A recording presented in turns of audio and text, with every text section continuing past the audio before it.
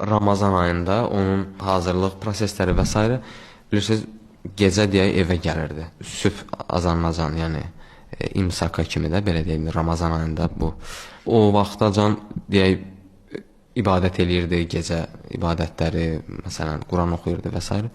Sonra deyək imsak eləyirdi, namazı qılırdıq. Sonra xütbə yazırdı. Gün açılana qədər deyək. Gün çıxana qədər o xütbəni yazırdı. Sonra yatırdı da deyək ki. İndi mən artıq görmürdüm onu. Mən yatırdım. Və səhər saat məsələn 9-da, 10-da deyək ki, çəkilişdə olurdu hər hansısa televizyada. Sonra hər gün də Ramazan ayında saat günorta 1-də, yəni bu radələrdə məsciddə xütbə eləyirdi.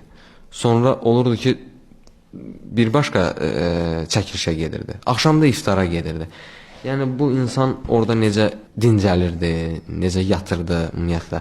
Sırf maddi qanunlarla yəni məsələyə yanaşsaq, yəni bu qeyri-mümkündür. Amma təbii ki, burada bu məsələlərə sırf maddi prizmadan yanaşmaq düzgün deyil. Belə.